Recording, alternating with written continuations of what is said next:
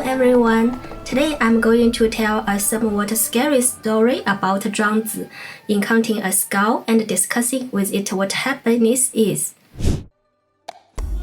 Zhuangzi was riding on a horse on his way to the state of Chu. It was more than 2,000 years ago. At that time, wars and deaths were everywhere. Along the way, Zhuangzi saw a skull with white bones sticking out. Zhuangzi picked up the skull, tapped it with his horsewhip, and asked, "Did you die from the pursuit of excessive pleasure and harmed your body? Or was it because your country was destroyed and you were killed? Or did you do something that dishonored your family and you committed suicide out of shame? Or did you die of cold and hunger? Or did you simply die of old age?"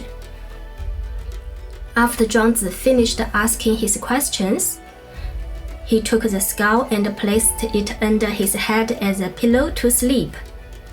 In the middle of the night, Zhuangzi had a dream, in which the skull began to speak to him. The skull said, "During the day, you talked incessantly. From the way you spoke, you seemed like a skilled debater. But everything you said was just a burden for the living. Once a person dies, it's all over. Do you want to hear about life after death?" Zhuangzi said, "Of course, please." The skull said, "Once a person dies, there is no king above, no subjects below. You don't have to work hard all year round, and you have endless time, so that you don't have to worry about time passing. This is much happier than being a king." Zhuangzi was not convinced and said, "I can ask the god who in charge of life to restore your body, and regrow your flesh and skin, and send you back to your parents, wife, children, and friends. Do you want that?" The skull frowned and with deep concern said, "How could I give up the joy of being happier than king and experience the trouble of a human being again?" Okay, this is all the story. What does Zhuangzi want to tell us? I think the most important is the question, what is the ultimate happiness? Like the skull said, having freedom and time, no hard work, no physical pain, and most important, not having troubles. However, this kind of happiness is not valued by most people. Therefore, Zhuangzi said, ultimate happiness is no happiness.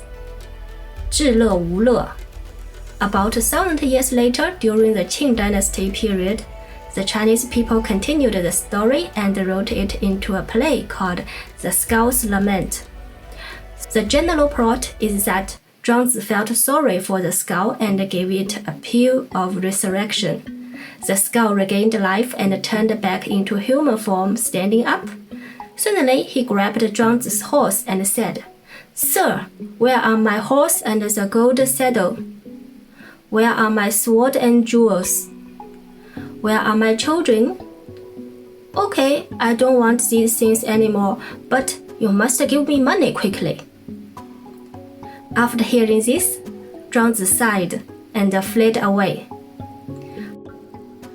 I also want to mention that some people criticize Zhuangzi. He promoted death over life in this story. I would say no, absolutely not. If you read through the Zhuangzi's entire work, you will find that he is a person who cherishes life very much. He even gave up officialdom in order to live longer. To this issue, we must consider his background. He lived 2,000 years ago in the Warring States period. At that time, more than 10 countries were at war with each other, and death was very normal. The average lifespan was only 31 years. But Zhuangzi became 83 years old. He advocates keeping a peaceful mind and cherishing life, but when death comes, then just accept it, for there is nothing to be afraid of. This is also how he faced his own death. I talked about this story in the previous video. You can check the playlist to find it. Okay, this is the story for today. See you next time.